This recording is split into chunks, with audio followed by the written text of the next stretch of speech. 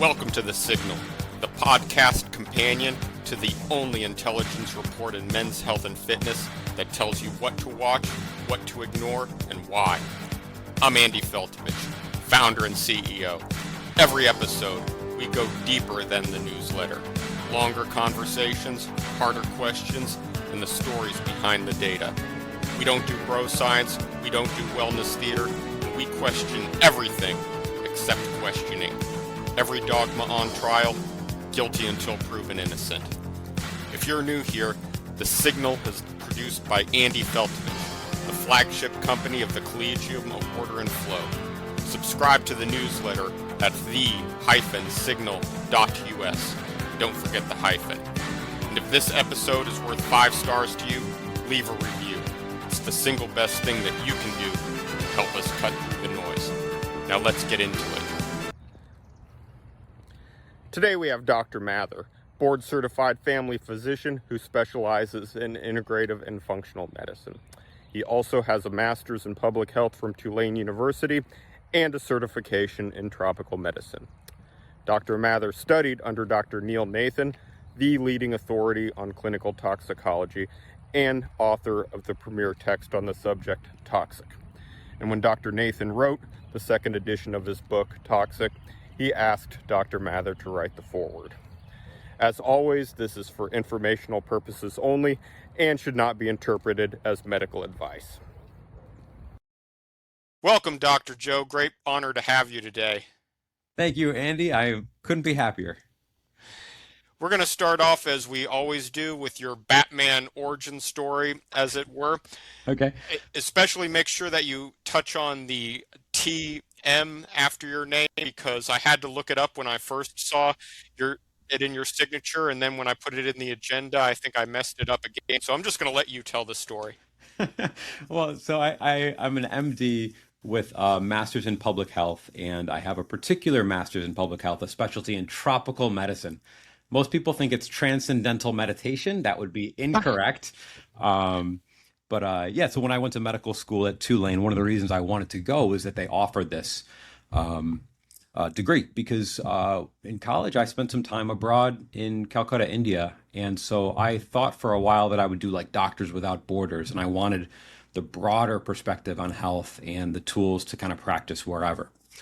But as more recent origin stories, I always wanted to be a doctor. And at the end of my medical residency, family practice, I realized that my clinic patients just weren't better, right? I thought that by the end, if I just follow all the guidelines and I'm a good doctor and I'm listening and I'm caring and I'm really studying hard, that my patients would get better, but they just weren't. And this was my clinic patients, my diabetics, those with hypertension, chronic pain, fatigue, GI stuff. And so I said, there's got to be a better way. And so I found functional medicine and applied that. And then more patients got better, and then I got stuck. And so I said, there's got to be something else. And so I added a really deep dive into GI care in functional medicine. And then that got another chunk of patients better. And then I floundered for a while. And then I found out that mold was making kind of the last chunk of patients sick. Those were the sickest of patients that were coming in to see me. So I bothered Dr. Neil Nathan until he taught me his approach, and it was off to the races from there.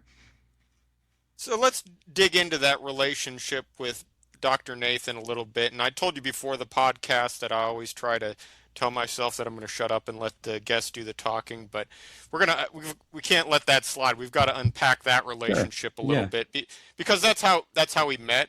I read Dr. Neil Nathan's books about Toxicity, and I got all ginned up about toxicity, and I said, yeah, we've got toxins, they're everywhere, and we got to do something about it. Yeah. And I looked online, and I ended up calling up you for a consult, and you kind of ended up slapping me into shape and calming me down. We'll maybe unpack that a little bit more, but before then, let's talk about your relationship with Dr. Nathan, because that's the reason we're here today. There are very few people who I respect on this planet as much as Neil. He's a innate healer. I think he's understood things kind of at a deeper level than most other doctors. And, I just love him. He's wonderful. He taught me not just kind of the science of how to think about mold toxicity, but how to heal patients. Because, healing patients is much different than treating their labs or giving them a prescription. The layers of healing that you have to do to get someone really well goes far beyond, just the basics, blocking and tackling of labs. And we can talk maybe about some of those techniques and some of the things that he taught me in particular. But that's why I'm so grateful, because I've always wanted to be a doctor, and I always wanted to heal patients just as far as I could remember as a little kid. And although I had learned and studied from some really excellent, brilliant doctors, he was the one I felt like really taught me how to heal a little deeper. So I love the guy. Well, I'm glad you were able to share that personal anecdote because I've never met him personally. I'm familiar with his books, which are mandatory reading for anybody who's serious about health and performance. Toxic, the Sensitive Patient's Healing Guide. If they're not on in your library, then you need to get on it. Before we start, before we dive into this any deeper, I think we've got to clear up some terminology. So, full disclosure, toxicity along with inflammation, probably my two most hated words in this industry. Not Fair. because they're not important, they perhaps are the two most important things in this industry. The problem with toxicity and inflammation is that when you hear those words, they're invariably followed by some influencer who doesn't know what the hell he's talking about, who's trying to sell you some crap you don't need. So Yeah. let's clear the well. Let's unpack the terminology. Toxins, environmental toxins, toxicity. What do they mean? Okay, so the important distinction here is between toxin and toxicant. Now, this is a word that you won't see or hear very often, but toxin is a molecule produced by a bacteria, a fungus, for biological protection, right? It's kind of a defensive tool against other microbes or other people that has a distinct biological role in the environment, right? A toxicant is an environmental exposure, any substance in the environment that can cause symptoms or pathology. So we kind of group all these together, whereas they can be quite different. So you may have a toxin being, the hemorrhagic toxin from E. coli or the C. difficile toxin, right? Causes horrible diarrhea, and you may have aflatoxin, gliotoxin, ochratoxin, lead, radon, carbon monoxide as environmental exposures that can make you sick, but very different. Okay, so folks, we're already learning new stuff. Toxins versus toxicant. And let's Toxicant. talk, and if we're on the subject of terminology, maybe we can make some more delineations.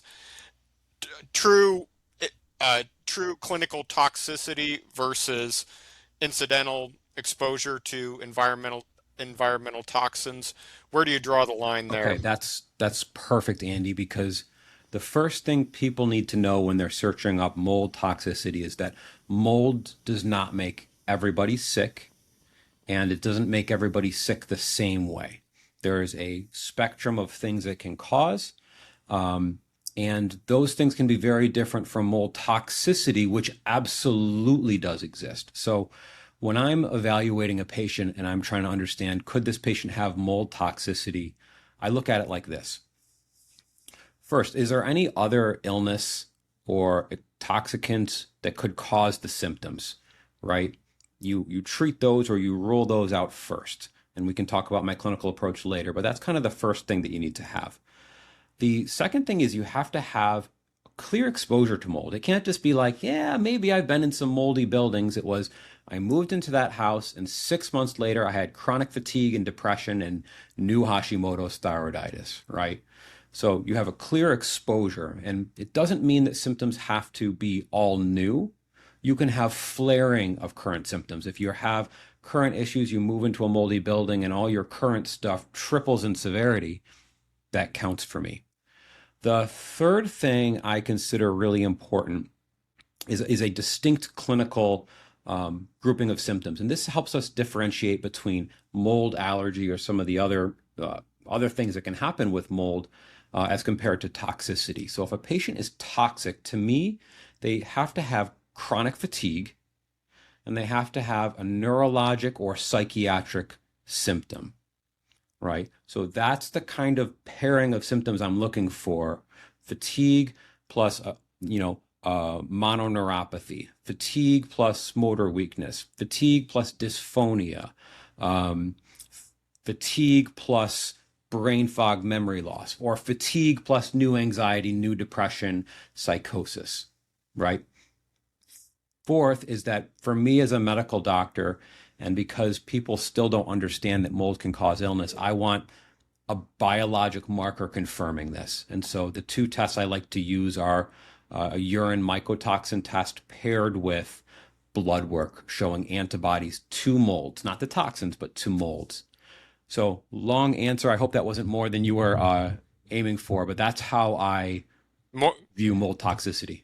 more than I was hoping for. No, on the contrary, you just kind of whetted my appetite. So you gave us a lot of helpful information there.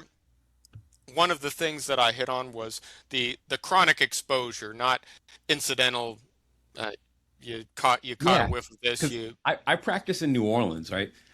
There's mold everywhere, right? You go into any building in Southeast Louisiana, you're going to have some mold exposure. And the question is the exposure big enough that's going to be more than your body's innate resiliency and defense? And so yes, different people are going to have different exposures and different resiliencies. Some people are going to be more prone to mold illness from their genetics, right? And smaller amounts of mold may make them sick. And so we have to understand that it's not that, if you're exposed to one little particle of mold that everything is going to hell. It just doesn't work like that.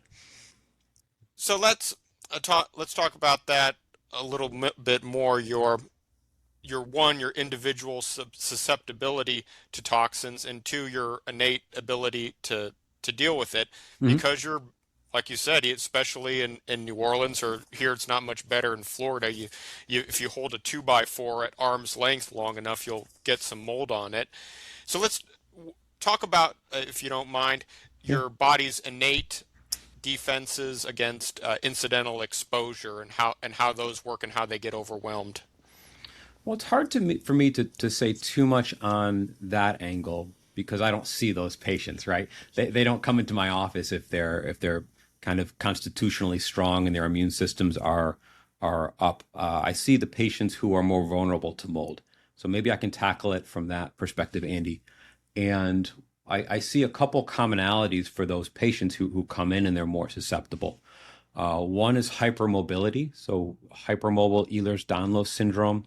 I would say 40% of my patients who come in with mold toxicity are hypermobile. So you ask them to, extend their elbows and they're going down, right? They can kind of do this. They tend to be gymnasts and doing yoga and Pilates.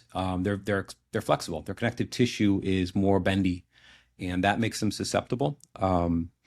Patients with traumatic childhoods, we would call them adverse childhood events, but people with neglect, abuse, those patients their immune systems are more prone, more sensitive, more overprotective, and so they tend to overreact to mold. Those are the two biggest commonalities I would say. Wow, I was certainly not expecting that answer. Learning all kinds of interesting I mean, stuff. that's a good one, right? Yep, absolutely. So let's talk about your approach. One of the things we touched on in our pregame call is, uh, so one that we alluded to earlier is how you kind of slapped some sense into me. So I read Neil Nathan's book, which is a great book, but if you're not careful with your interpretation, it might scare you to leave the house, learning about all the different environmental toxins. But So I have to say, I mean, I'm biased. I wrote the foreword for his second edition, so I'm very biased. But this book changed my practice, the course of my practice. It's very dog-eared. My first version is very dog-eared and bookmarked. And the one of the things that brought me to him is that I would have patients come in and their copies were equally dog-eared, right? And they say, the first I remember, Dr. Joe, like, you have to read this book. And when someone does that, that tells you that it's better than the average thing, right? Um, yes, and but then you And then That's you why it's have, important. Not everybody's made sick by mold. So what you don't want to do is self-diagnose with mold and go off to crazy land and mold because it can be really hard and you don't and want to undertake something that's not needed, particularly if it involves $40,000 of renovations on your home or something outrageous. that's how we met. I went gung-ho crazy about toxicity and testing, and that's how what I alluded to earlier, you having to slap some sense into me, bring me back to earth. Yeah. And there are some people out there that we have to run a battery of tests on you Yep. regardless of your symptoms. We've got to rip out the drywall in your house Yep. regardless of your symptoms. So tell us about some of the approaches, and I'll let you name names if you so choose. Some of the approaches we see mold toxicity and how you deal with it. Which would you like me to tackle first? Kind of the general approaches out there or how I do it? Yeah, so we talked before about how you can go overboard, how you can go overboard with testing Sure. and environmental interventions, ripping out your drywall, etc. So if you Happy want to. to, Yeah. yeah, Okay. talk about some of the excesses in your profession, excesses and misapplications in your profession. Okay. So people who are made sick by mold, they become very overwhelmed, afraid, and defensive, and because they're afraid, they're more vulnerable to bad advice. Right? They're so sick, they're in so much pain, they're suffering, and they will do anything to feel better. And so, some of the practitioners out there are asking these fearful, sick, suffering patients to undergo batteries and batteries of lab tests and kind of beat them up when they're not getting better. And I think that's the general picture that I see too much.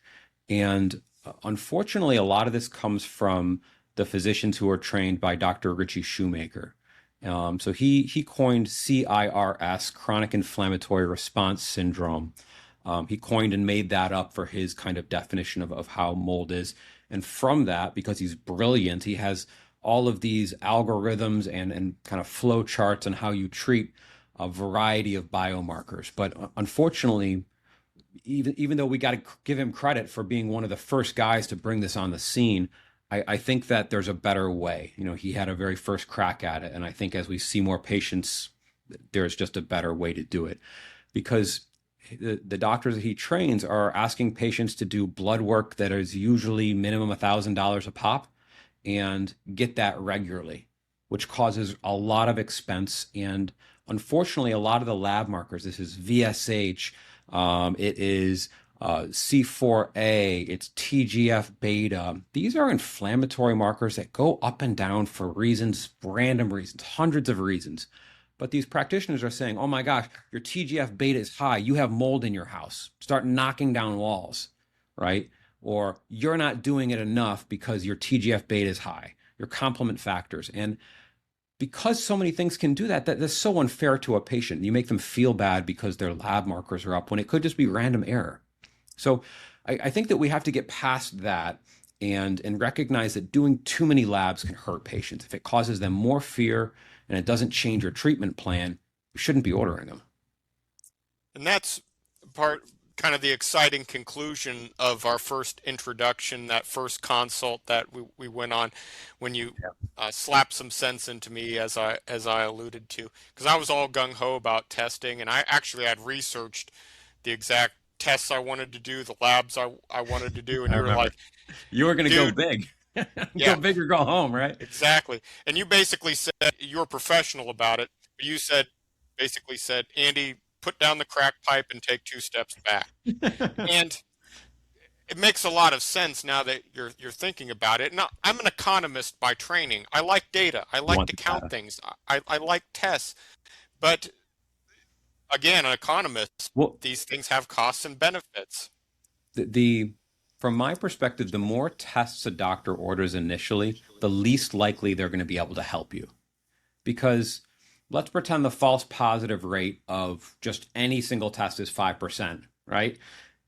If you order one test, you've got a pretty good chance of getting an accurate. But if you order 100 tests, all of a sudden you're going to get false positives. And then So let's say we've ordered a battery of a whole bunch of stool and saliva and hormones and blood and God knows what else, genetics, and you come up with 5 things that popped up.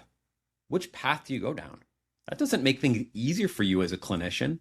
Oh, most of the doctors, what they do then is they start treating all 5 at once, which means dozens and dozens of supplements, which means way more money, which means doing everything at once, and they never learn what's actually helping and what's making them feel sick.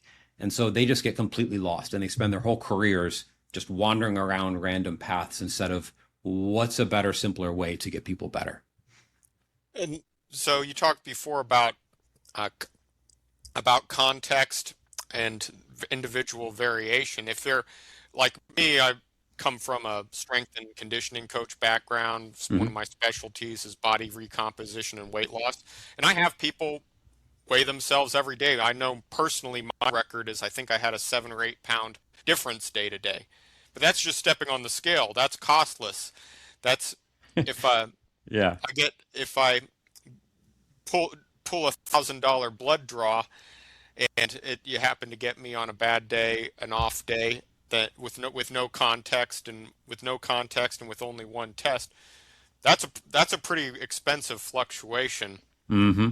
So let's get into that in interpretation of tests because that testing is one of the things we'll talk a little bit more about how you one of more than any other people one of more than any other professionals really influenced my thinking and changed my approach to testing. But Appreciate that.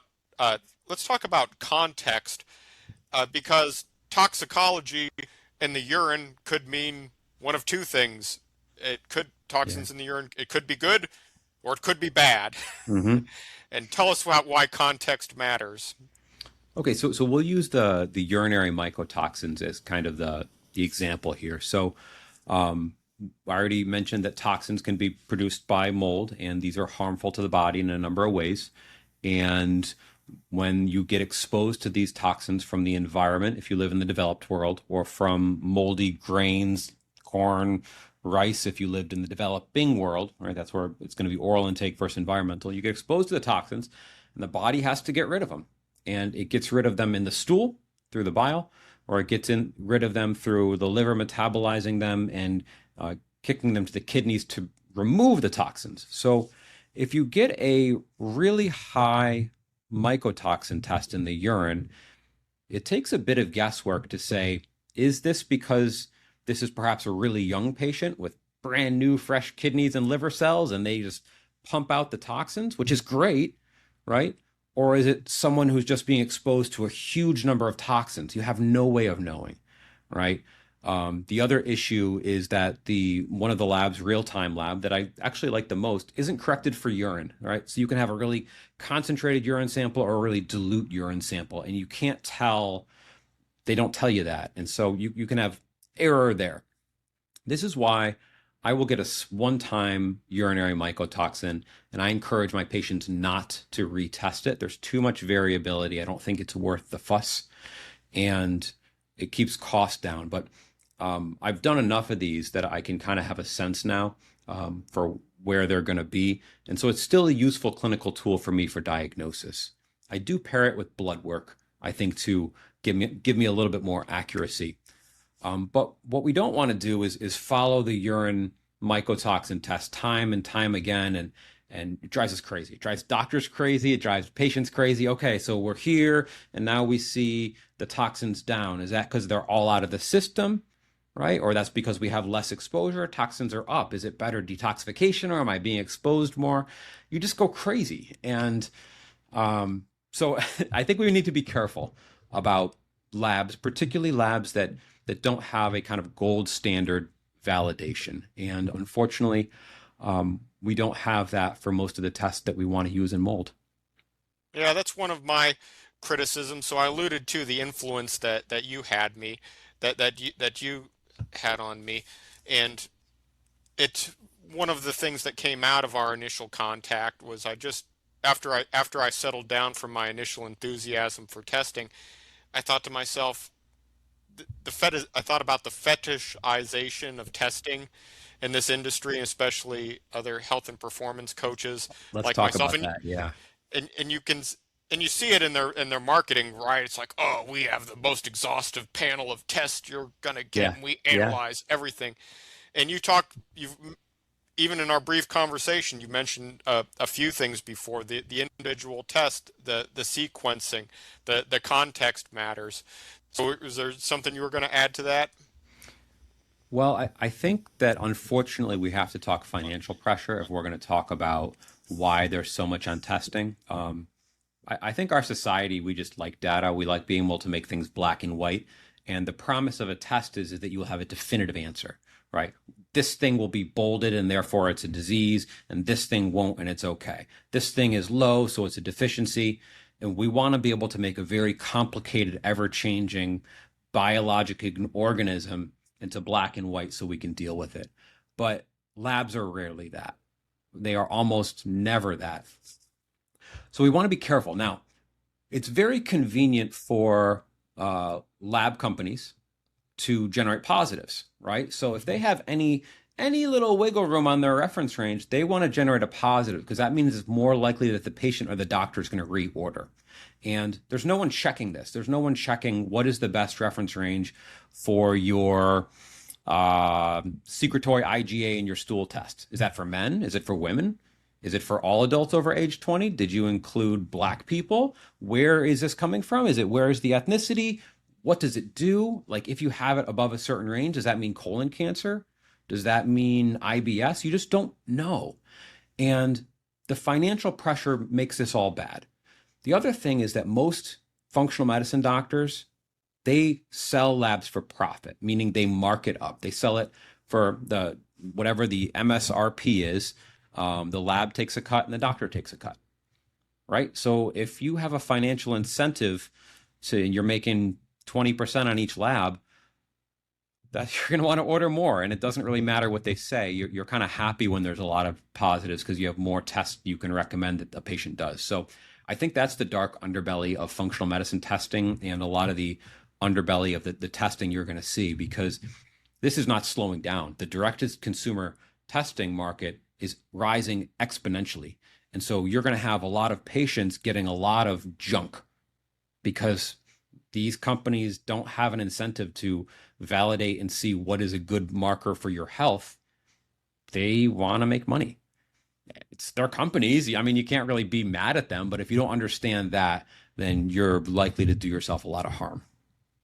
Yeah, so you're already the education, the mentor-mentee relationship continues. You're already making me think more broadly about it. I hadn't thought about the perverse incentives so much as just the It's hard if you're not in the middle of it. If you don't see, yeah. patients coming in and there's a clinician in my community and it's the same like 8 pages of lab work and there's always a pod, you got to follow it up and it's the same one they do every time.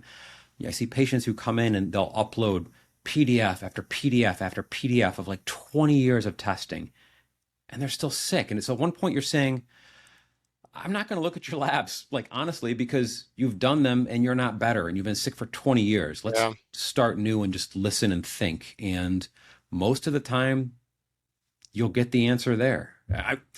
I'll stop talking in a moment, Andy, but this stuff is really Please go important ahead. because this is really killing the field of functional medicine. If functional medicine is going to die, it's because it just gets overwhelmed by profit seeking in supplement companies and lab companies and doctors not being smart enough to figure out that they're being led around, right? We complain a lot about how the pharmaceutical industry has dominated, what gets published and what doesn't, and where the money is, and what gets pushed in conventional medicine, right? And we are rightly angry about that, and that's one of the reasons why a lot of us look into integrative or functional medicine. But there are really perverse incentives, as you say, in the labs and supplement companies. They spend a lot of money marketing on the conferences. If you go to conferences, it's kind of a supplement and lab fest. And that should tell you a lot about the underbelly of the field. Well, that's why I have a saying that there's no substitute for frontline intel, because like you said, unless you're living in the middle of it, and you can see the dark underbelly, Hmm.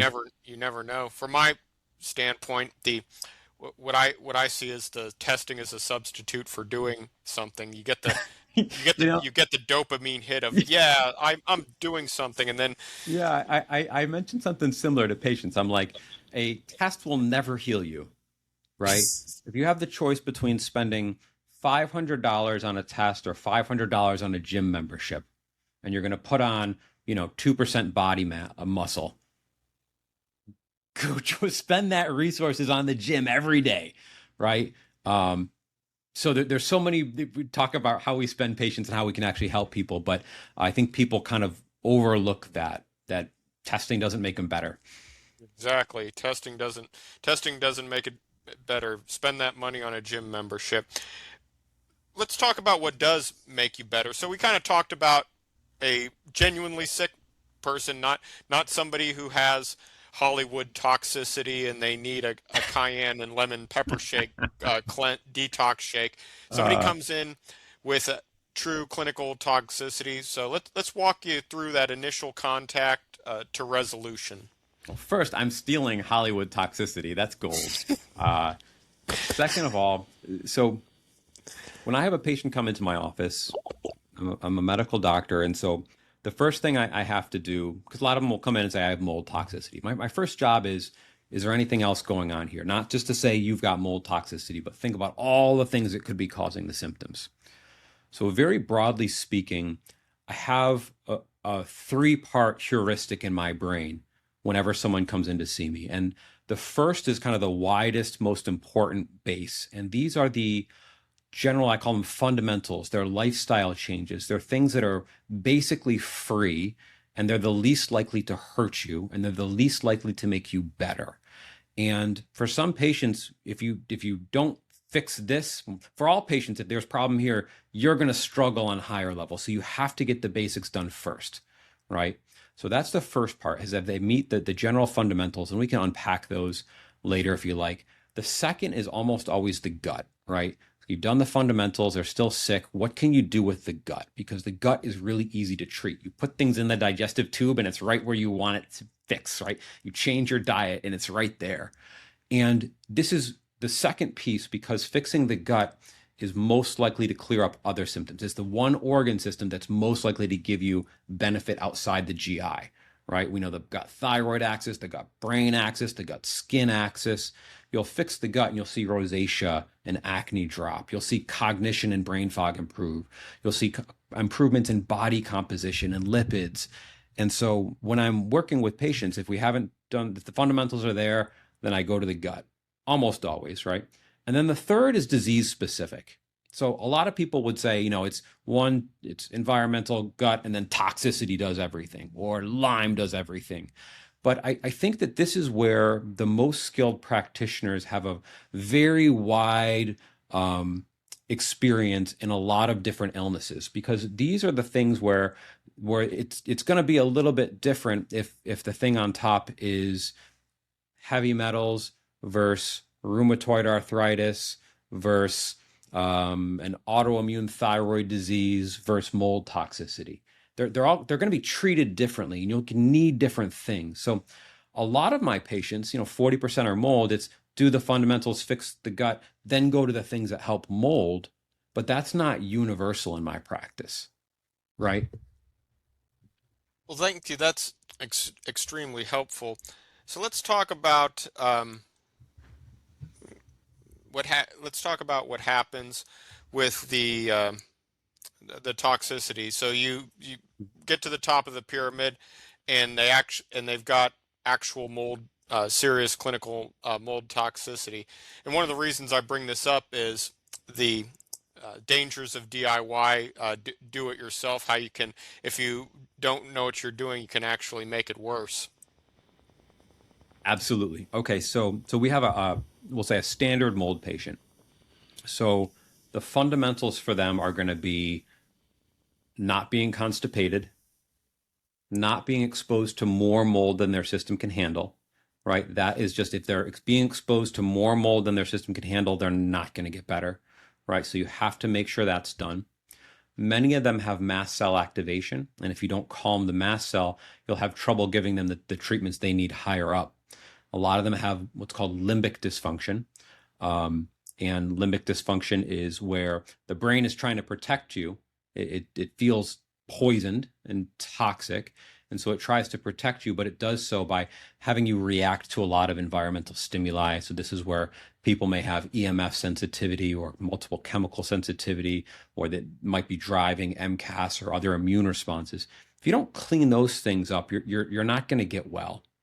There's also sleep disorders, right, are really critical here. I see a lot of what's called upper airway resistance syndrome, which is kind of the evil cousin of sleep apnea.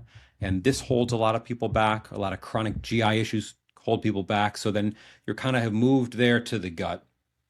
And you need to fix constipation if you're going to get mold better. And a lot of patients tend to develop secondary GI problems from the mold, yeast overgrowth in particular. A lot of them can develop autoimmune bowel disease. A lot of them will get SIBO and other functional GI issues. And so you'll want to clean those up. And so I generally do that by leaning really heavy on broad spectrum probiotics, right? So Lactobifidus, Saccharomyces, Bacillus twice daily. And the beautiful thing is here is that many of these species will either directly bind to toxins or change how well we can detoxify. So my little secret is by doing the gut, I'm kind of doing a little bit of everything with the probiotics. And when I added this to my practice, my patients got better a lot quicker. So we've gone to the gut, and then it's move up to mold. And what are the things that help with mold? Binders help with mold in the long term. They don't generally reduce symptoms, but they clear out the general toxic load so the body can heal, right? They are wonderfully helpful. I will use antifungal drugs in a percentage of my patients, and that can be really helpful for the right patient. And so it's really important to have that there if you need. Some of my mold patients, they have both toxicity, fatigue, and the neuropsychiatric symptoms, but they also have severe, awful, terrible allergic problems. They're getting hives, they're reacting to food, they're getting flushing and diarrhea. And this goes more than the MCAS. They sometimes need allergy drops to calm the allergic response to mold alongside, the toxin issues. So those are just some examples of you apply the basics, and then what tools do my patients need in what order for that individual illness. And those tools would be different than if someone had, say, inflammatory bowel disease, right? So let's dig into the gut a little deeper. I wasn't anticipating this, but that's what makes this exciting. You're learning new things. One of the reasons I'm fascinated by the gut, and really, truthfully, the reason I haven't gotten deeper into it is probably just laziness. So macronutrients, you only have 3 to worry about. Micronutrients, you maybe got Muscle, a few. body fat. It's like, yeah. And but the gut microbiome. So let's say that the things I'm talking about, macronutrients, that's like a mariachi band. And when you get into the microbiome, it's more like a 27-piece symphony orchestra. There's just a lot of moving parts, and you mentioned that there's significant clinical implications for those clinical populations. So let's talk about treating the gut microbiome in those clinical populations versus Hollywood microbiome issues. Okay, so the Hollywood microbiome and doctors who don't know what they're doing approach is treat the microbiome. The real truth is that when symptoms come down, the microbiome gets better. So you should forget about trying to micromanage the trillions of bacteria and virus and the biofilm and the immune interaction. That's a losing battle. You're not going to be able to micromanage with specific probiotics or specific fibers or butyrate. You're just going to lose. What you should do is, what do you need to do to bring symptoms down? Because when I used to do a lot of stool tests, every single time the symptoms came down, the stool test would improve, right? And so that's the big focus that I want the field to focus more on, is less on the tests, more on dropping symptoms. That's what I would say is a first kind of general answer to your question. So we've been talking about toxicity a lot, and we forgetting that you're a functional integrative medicine physician. So maybe we can unpack those words before we dive deeper into those topics. What does that mean, functional integrated medicine? Okay, great. So I they're used interchangeably, and so I'll hear alternative, holistic, integrative, functional, kind of from homeopathic. I'll hear those kind of terms used interchangeably. So I think it kind of means the same thing to most people. So I think the average patient thinks this is someone who does more than just prescribe medicines and order the standard labs. That's what I think they interpret, and they use whatever word. But in my mind, they do mean different things. An integrative physician, these are the physicians who several decades ago started adding modalities to Western medicine. So it was, let's add hypnosis to what we're doing. Let's add acupuncture to this. Let's add some herbs to the base. So it's kind of like conventional medicine plus a little flavor. And there's nothing wrong with that. I think that's better than just conventional medicine.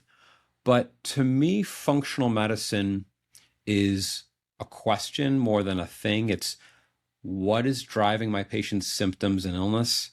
And more importantly, what do I need to do to fix it? What is the root cause? But you don't just want to find the root cause. It's what will, when I treat it, reduce my patient's symptoms or lower illness. That to me is the definition of root cause. That's different than most of my colleagues, who for them, functional medicine is new lab tests. It's tons of supplements. It's a focus on nitty-gritty genetics or microbiome. And the reason for this is that functional medicine is a relatively new offshoot in medicine.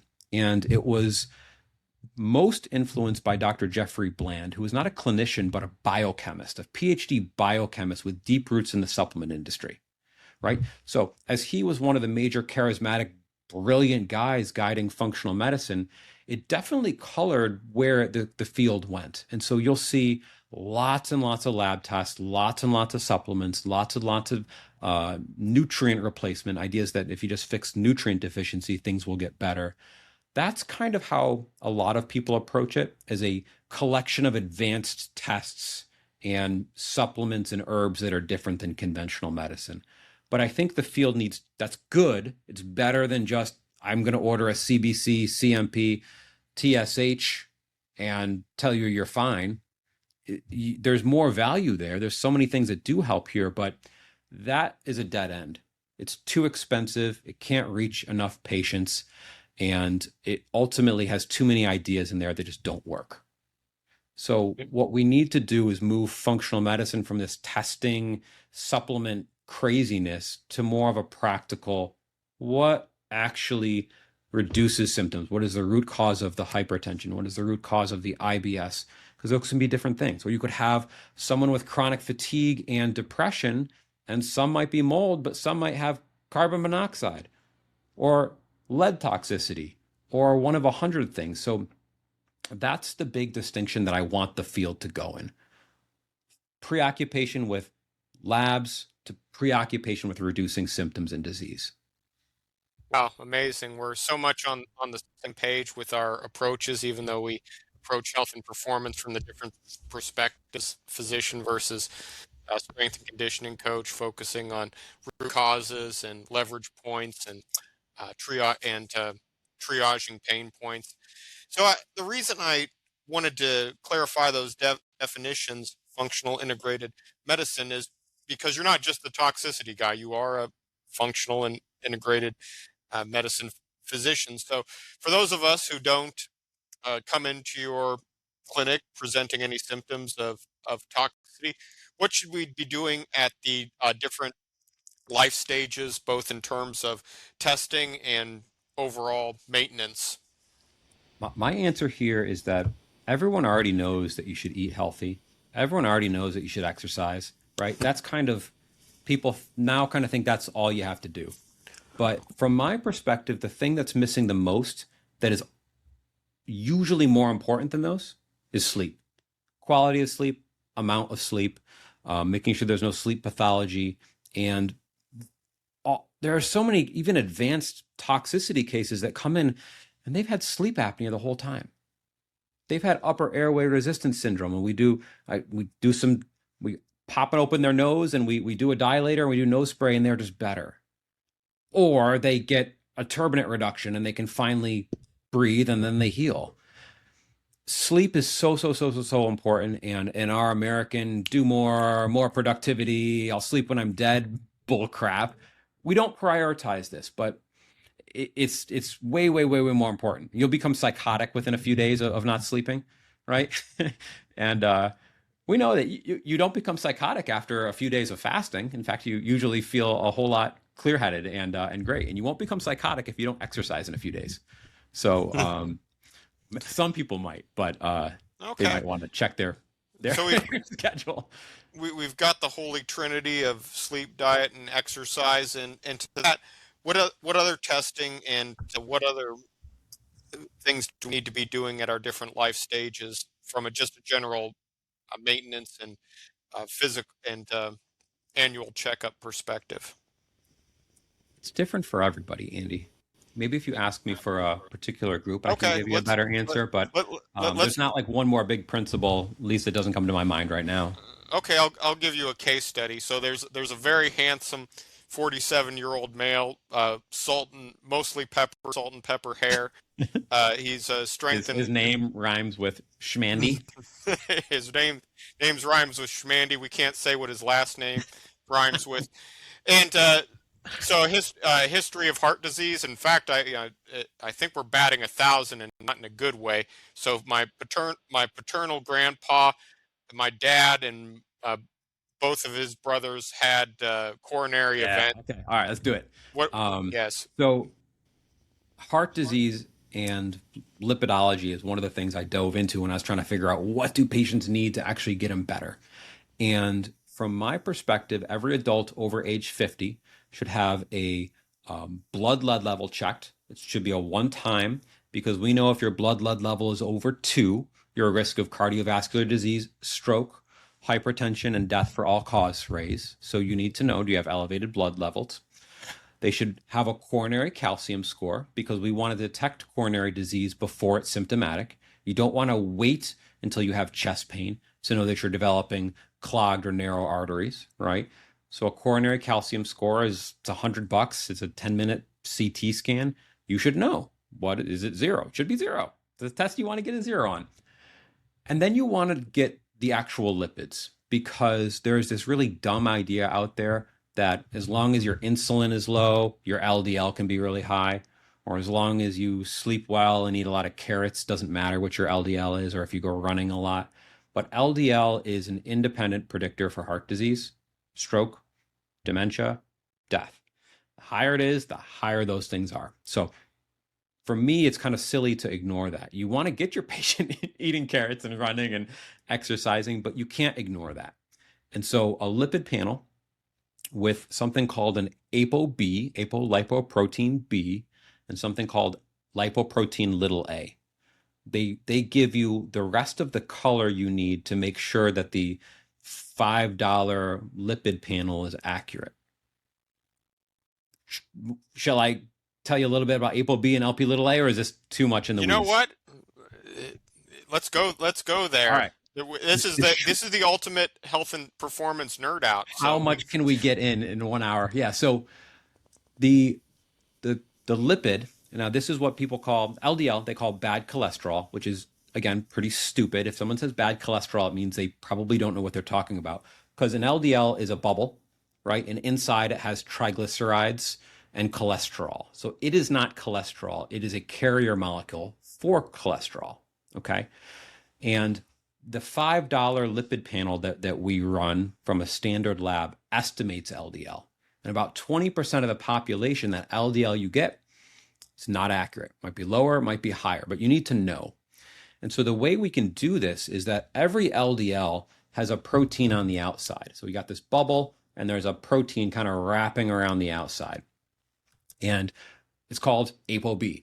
And what you can do, relatively inexpensive, is count the number of ApoBs. You have to actually go out of your way to order it, but that gives you an exact count of your disease-causing particles. So there's a few more, but that gives you the best accurate count. And then the other is, so you want to get that to make sure your panel is accurate, right? And that's the one to track if you're trying to really see how low it is without interference from a bad calculation. The other is LP little a. About 20% of the population have what I call the evil twin of LDL. So you have the normal bubble with triglycerides and cholesterol, and it's floating through your bloodstream. But the LP little a, 20% of the population have this, has a tail. So you got that bubble with a tail. And that collects kind of garbage, oxidative inflammatory molecules. And when this guy runs into the bloodstream, into the blood vessel, it does more damage. So it's more atherogenic than an LDL. It causes more disease. And this is something that every adult at 50 needs to get, because you need to know, am I genetically susceptible to have a higher risk from this evil form of LDL? There's usually 3 or 4 cases a year where someone comes in for a screening and their LDL is normal and they're healthy, and we get the LP little a and the coronary calcium score, and their coronary calcium score is way advanced for their age. Their regular lipids look great, but the LP little a is high. And if you didn't know that, you wouldn't know to treat them aggressively, right?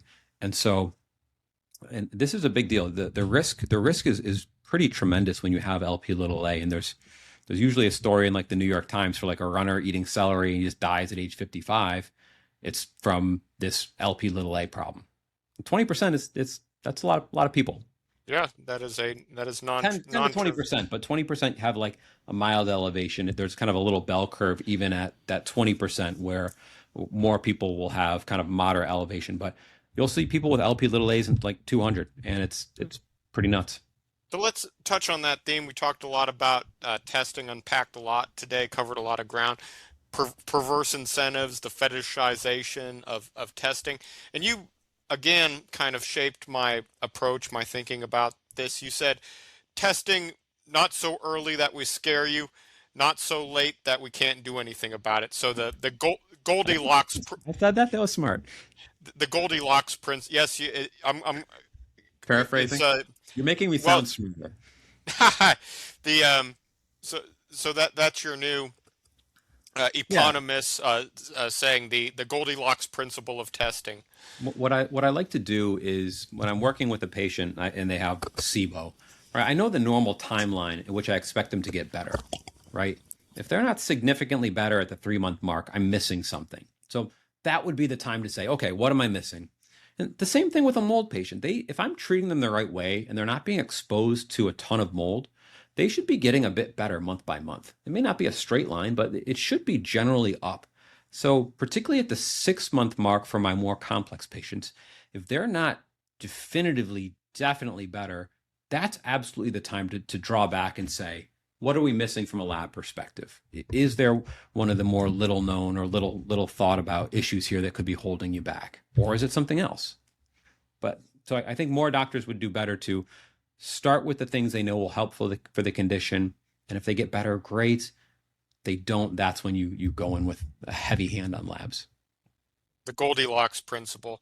So let's talk about, we've been talking about the patient. Let's talk about public policy and society a little bit more. The legacy infrastructure that we have, who's getting sicker, why they're getting sick. That's one of the interesting insights I got from our pregame call. So thank you for asking, because I get to use that Masters of Public Health a little bit that I spent so much money for. When we think about mold, I see way too many teachers with mold toxicity. And the reason why is that our public schools, the infrastructure is failing. You've got old ACs, you've got hanging old outdated drop ceilings. These buildings are not have been renovated or updated with modern building principles. They're leaky. They've suffered water damage over time just from old aging buildings. And so I think we need to take a look as a society on where are we spending resources. We need to rebuild public infrastructure. City halls should not be full of mold. Libraries should not be full of mold.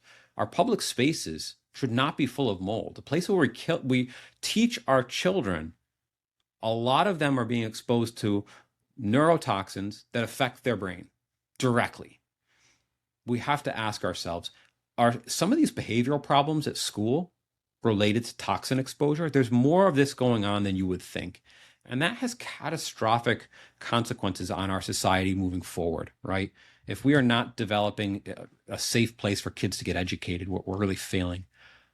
The other piece that I often think about is how mold is tested for in our society. There's a kind of gold standard that you do air samples, and you would put like a tripod, right? You got a tripod in the middle of the room, and it's collecting spores, right, in the middle of the room. But where's the mold grow? It's not growing in the air in the middle of the room. It's in the wall.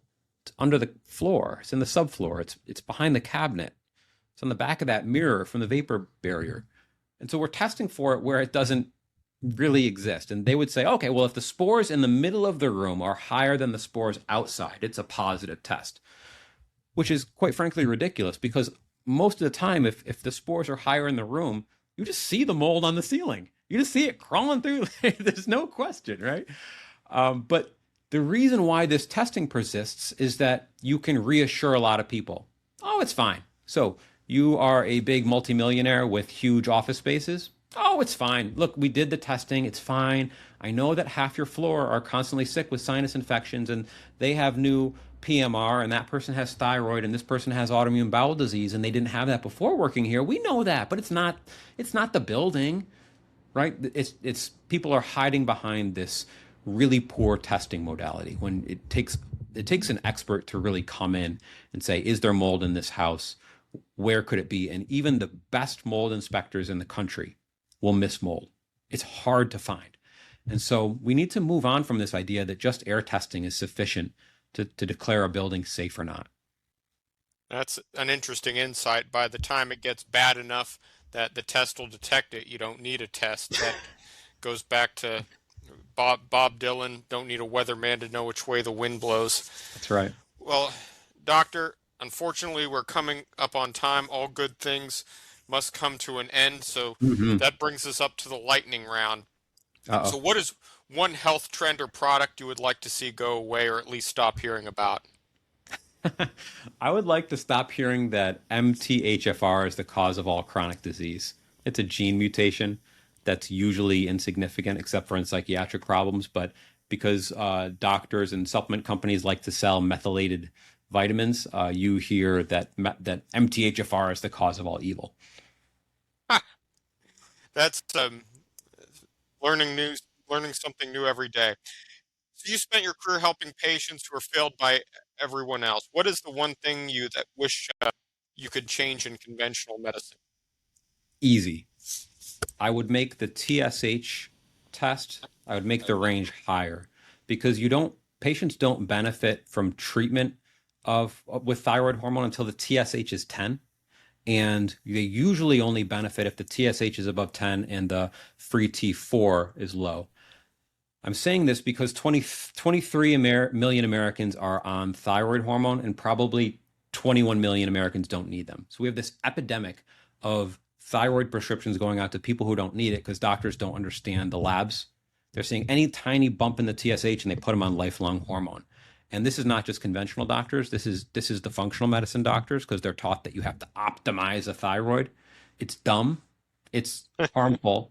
It's wrong. All of the science says it's dumb and wrong and harmful, but it's very hard to convince people who dogmatically believe things that they're wrong, particularly if it's the doctor who taught them did it that way and they did it this way, and they go to Institute of Functional Medicine and learn it, but it's really harmful. And Synthroid should not be the first most prescribed medicine in the US when true hypothyroid affects 0.2% of the population.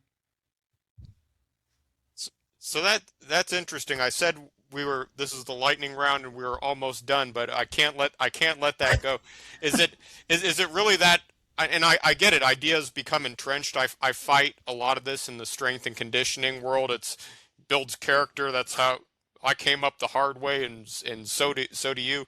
Never mind that empirically this is making you a worse athlete. So is it really that really simple? that bad? It's really that bad. It's a crisis. It's an epidemic, and one of the data points here is that if you have an elevated TSH, that thyroid hormone, there is a 60% chance it will normalize in 2 months. But that's not how it's treated. It's treated as you have a poorly functioning thyroid. Your fatigue and dry skin is not from something else. It's from your thyroid. And you get put on lifelong, unnecessary hormone replacement. And if this was just a sugar pill, that would be fine. But thyroid hormone, when you don't need it, causes agitation, anxiety, insomnia, osteoporosis, and in some people, heart disease.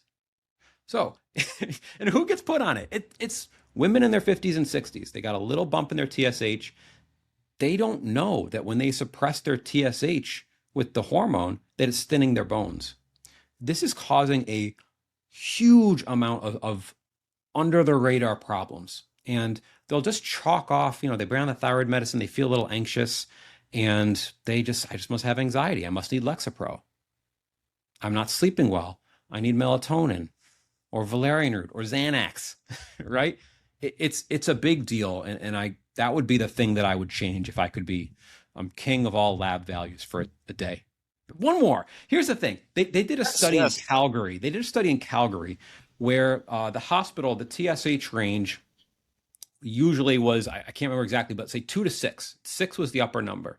And what they did for a period of time was they lowered it to 4. So it was like 2 to 4 is now the normal range. And in this community, there were 500 new thyroid prescriptions, right, per month, because doctors would just see the TSH a little off and throw a medicine. There was a huge uptick in the number of labs that were ordered. There was no increase in thyroid disorders. The same people, right? So doctors don't think. They just see the lab number and they prescribe. Like Pavlov's bell. Boom, TSH, here's a medicine. TSH, here's a medicine. Yeah. It's ridiculous. And it's not just my opinion. I mean, there are mountains of randomized clinical trials. There are meta-analyses showing in the vast majority of people who get thyroid medicine, it's not doing anything or hurting them. Well, this was a new record for the longest lightning round ever, but well worth it. I'm glad we took the extra time. You said lightning round. I said, oh no. Yes. And we're going to extend it a little further because I'd like to end on a personal question. Okay. If you were talking to your younger self right now and giving him advice, what would you say to him?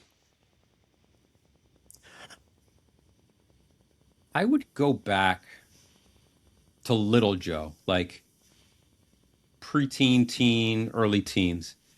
I'm a small guy, right? I weigh 125 pounds on a good day. I'm short. And I wish that I was braver when I was younger. I wish that I took more risk. That would be the thing that I think as I've grown, I've done a better job on. So that's the answer. All Put me on the right. spot. Well, speaking of spots, I got a drinking problem apparently, so maybe that's the universe telling me I need to wrap it up. So, Dr. Joe, I mean it. It was a Thank true you. honor to have you today, and like I said, you've probably informed my thinking, my approach, my philosophy more than anybody else. Well, I'll tell you, Andy, I was so impressed to see the quality of your blog and the amount of thought and research went into it that I've been looking forward to this conversation for a while. Well, coming from you, that means a lot. So thank you again, Dr. Oh, Joe. You all have a right. great rest of your week. Stay in touch. I'll talk to you soon. Take care.